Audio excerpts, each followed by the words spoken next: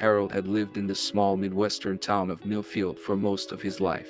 At 78 years old, he had seen the town change from a bustling agricultural center to a quiet retirement community. But beneath his cheerful exterior, Harold carried a deep sorrow that few could understand. The loss of his wife, Tom, had left a hole in his heart that nothing could fill. Harold made his way to the cemetery gate, a bouquet of flowers clutched tightly in his hand. He approached Mary, the woman behind the desk, and asked for directions to his wife's grave. Mary looked him up and down, a sneer on her face. "Who are you?" she asked, her voice dripping with disdain. "And why do you think you have the right to come here and disturb the peace of the dead?" Harold was taken aback by her hostility. "I'm Harold," he said, his voice shaking slightly. "My wife is buried here, and I wanted to bring her some flowers." Mary rolled her eyes. "Another one," she muttered under her breath. "Always coming here and causing a fuss. Well, I'm not going to let you disrupt the peace and quiet of this place." Harold couldn't believe what he was hearing. He had never met Mary before, but she seemed to have taken an instant dislike to him. "I don't understand," he said, his voice trembling. "What have I done wrong?" Mary continued to stare at Harold with cold eyes. "You don't understand. You're disrupting the order of things. This is a place for the dead, not for the living. What makes you think you have the right to come here and disturb their rest?" Harold felt a surge of anger rise within him. He had never been treated this way before, especially not at his wife's final resting place. "I have every right to be here," he said, his voice firm. "My wife is buried here, and I have the right to pay my respects to her whenever I choose." Mary scoffed. "You and everyone else, always coming here and making a scene. I won't have it. You can leave now and come back when you've learned some respect." Harold felt his blood boil at her words. "Respect? You have no idea what respect means. You're the one disrespecting the dead by treating their loved ones this way. You should be ashamed of yourself." Mary's eyes flashed with anger. "How dare you speak to me that way?" she hissed. "You're nothing but a pathetic old man, clinging to the memory of his dead wife. You should be ashamed of yourself for bothering me with your problems." Harold felt a wave of humiliation wash over him. He couldn't believe that someone could be so callous and cruel. He turned and walked away, the bouquet of flowers still clutched tightly in his hand. He felt powerless and alone, with nowhere to turn for comfort. As Harold walked away from the cemetery, his mind drifted back to his childhood. He had grown up in a small farm just outside of Millfield, with his parents and his younger brother. His father had been a hardworking farmer, and his mother had taken care of the house and the family. Harold had fond memories of spending long days in the fields, helping his father with the crops and tending to the animals. But as Harold grew older, he began to realize that his family was not like the others in the town. They were poor and often struggled to make ends meet. Harold's father had a drinking problem and would often become abusive towards his wife and children. Harold's mother tried her best to shield her sons from the violence, but Harold could still remember the sound of his father's fists hitting her body. Despite the hardships, Harold had grown up to be a kind and gentle soul. He had always been close to his brother, and they had supported each other through the worst of times. Harold had never forgotten the lessons he had learned during his childhood: to be kind to others, to work hard, and to never give up hope. As Harold continued on his way, he realized that the lessons he had learned in his childhood had prepared him for the challenges of his life. He knew that he would need all of his strength and determination to face the difficulties ahead, but he was ready for whatever came his way. Harold felt a renewed sense of purpose and determination, and he knew that he would honor the memory of his wife by living his life to the fullest. Harold's thoughts then turned to his life with his wife, Tom. They had been married for over 50 years and had built a beautiful life together in Millfield. They had raised 3 children, who had all grown up to be successful and happy. Harold had been so proud of them and of the life they had built as a family. But Tom's death had left a hole in Harold's heart that nothing could fill. He missed her every day, and the pain of her loss was still fresh in his mind.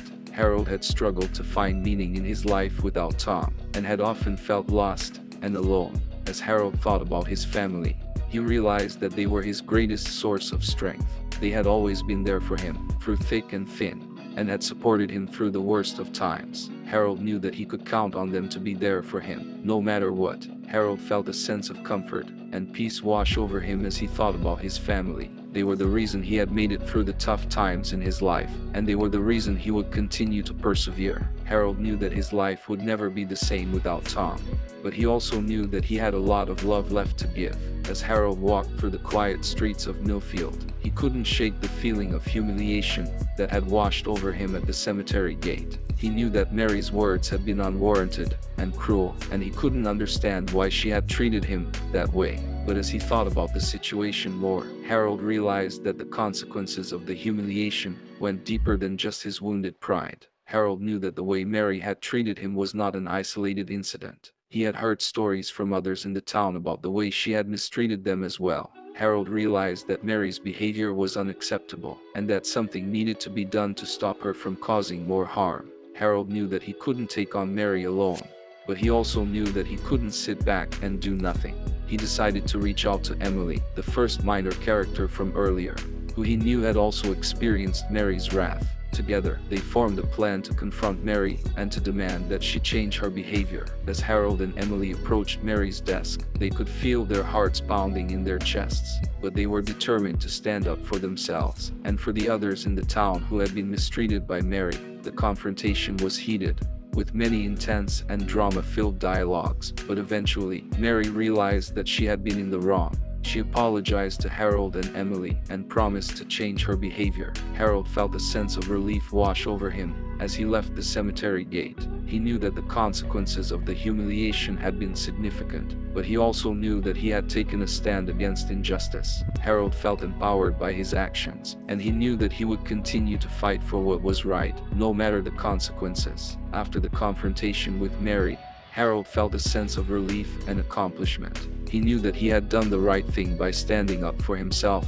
and for the others who had been mistreated by her. But the confrontation had also left him feeling drained and alone. Harold realized that he needed someone to talk to, someone who could understand the pain of the humiliation he had suffered. That's when he thought of Emily. She had also been mistreated by Mary, and Harold knew that she would understand what he was going through. He decided to reach out to her and invited her to meet him at the local cafe. Emily arrived a few minutes later, looking worried and anxious. But as soon as she saw Harold, her face lit up with a smile. "Harold," she said, embracing him warmly, "I'm so glad you called. I've been so worried about you." Harold felt a sense of comfort wash over him as he sat down with Emily. They ordered their drinks and then began to talk about what had happened at the cemetery gate. Emily listened intently, nodding her head in understanding as Harold described the humiliation he had suffered. "I know how you feel," Emily said, taking Harold's hand. "I've been through the same thing with Mary. She's a cruel and heartless woman." Harold felt a sense of relief knowing that he wasn't alone in his suffering.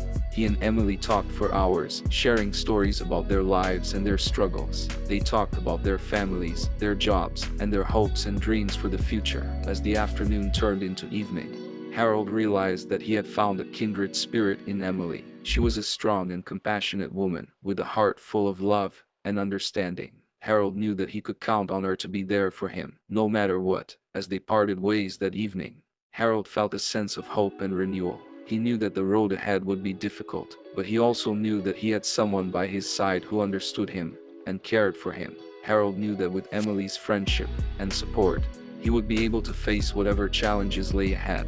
As Harold and Emily grew closer, they began to spend more and more time together. They went for long walks in the countryside, had dinners at the local restaurants, and shared their deepest secrets and fears with each other. Harold felt a sense of joy and contentment that he hadn't felt since before Tom's death, and he knew that Emily was a big part of that. But one day, as they were walking along the riverbank, something unexpected happened. Harold stumbled on a rock and fell into the water, hitting his head on a submerged log. Emily screamed for help, and several passers-by rushed to their aid. Harold was rushed to the hospital, where he was treated for a concussion and several broken bones. Emily stayed by his side the entire time, holding his hand and whispering words of encouragement. Harold was grateful for her presence and knew that he wouldn't have made it through the ordeal without her. As Harold began to recover, he realized that the accident had brought them even closer together. He and Emily had faced a life-threatening situation and had come out the other side stronger and more committed to each other. Harold realized that he had feelings for Emily that went beyond friendship, and he knew that he had to tell her how he felt. Emily was surprised but thrilled when Harold confessed his love for her. She had always felt a strong connection to him, but had never thought that he saw her as anything more than a friend.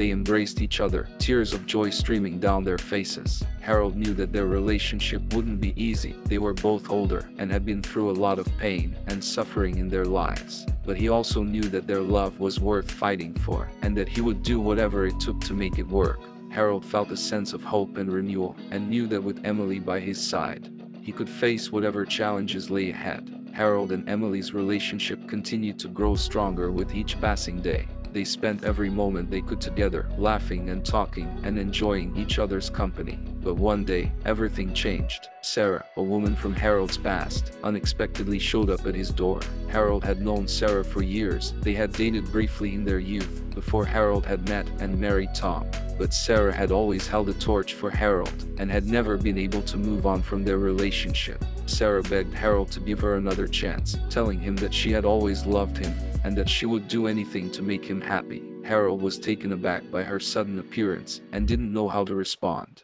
He knew that he still had feelings for Sarah, but he also knew that his heart belonged to Emily. Harold tried to explain this to Sarah, but she wouldn't listen. She became angry and jealous, accusing Harold of leading her on and using her as a backup plan. Emily was hurt by Sarah's interference, and told Harold that she couldn't be with someone who was still in love with another woman. Harold was torn between his feelings for Sarah and his commitment to Emily. He knew that he had to make a choice, but he didn't know how. He spent sleepless nights tossing and turning, trying to figure out what to do. In the end, Harold realized that his heart belonged to Emily. He knew that she was the one he wanted to spend the rest of his life with, and he couldn't bear the thought of losing her. Harold went to Sarah and told her that he couldn't be with her, that his heart belonged to someone else. Sarah was heartbroken, but she understood. Harold went back to Emily, telling her that he loved her, and that he wanted to spend the rest of his life with her.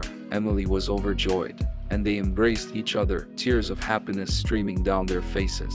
Harold knew that their relationship wouldn't be easy, and that there would be more challenges and obstacles ahead. But he also knew that he and Emily were strong enough to face them together. Harold felt a sense of peace and contentment, knowing that he had made the right choice, and that his heart was finally at peace. Harold and Emily's relationship continued to grow stronger, and they were happy together. But one day, as they were walking in the park, they ran into Mary, the woman who had humiliated Harold at the cemetery gate. Mary sneered at Harold and Emily, making rude comments about their age difference and their relationship. Harold felt his blood boil as he listened to her insults, but he knew that he couldn't sink to her level. Emily tried to calm him down, but Harold couldn't let it go. As they walked away, Harold heard Mary laughing behind them.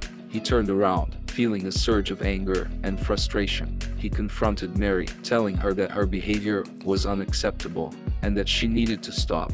Mary just laughed in his face, telling him that he was a loser and that he would never be good enough for Emily. Harold felt a sense of humiliation wash over him, and he knew that Mary's words had struck a nerve. He felt like a failure, like he wasn't good enough for Emily or anyone else. Emily tried to reassure him, telling him that she loved him and that he was more than enough for her. But Harold couldn't shake the feeling of inadequacy that had taken hold of him. As they walked away from Mary, Harold felt a deep sense of shame.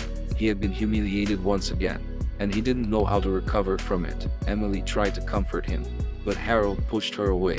He felt like a failure, like he couldn't protect her from the cruel words of others. Harold knew that he needed to find a way to move on from the humiliation, but he didn't know how. He felt like he was drowning in a sea of self-doubt and insecurity, and he didn't know how to get back to solid ground. Harold felt lost and alone, and he didn't know how to find his way back to happiness. Harold couldn't shake the feeling of humiliation that had taken hold of him after the encounter with Mary. He felt like a failure, and he didn't know how to get back on his feet. But one day, as he was walking in the park, he ran into another person from his past, a man named Jack.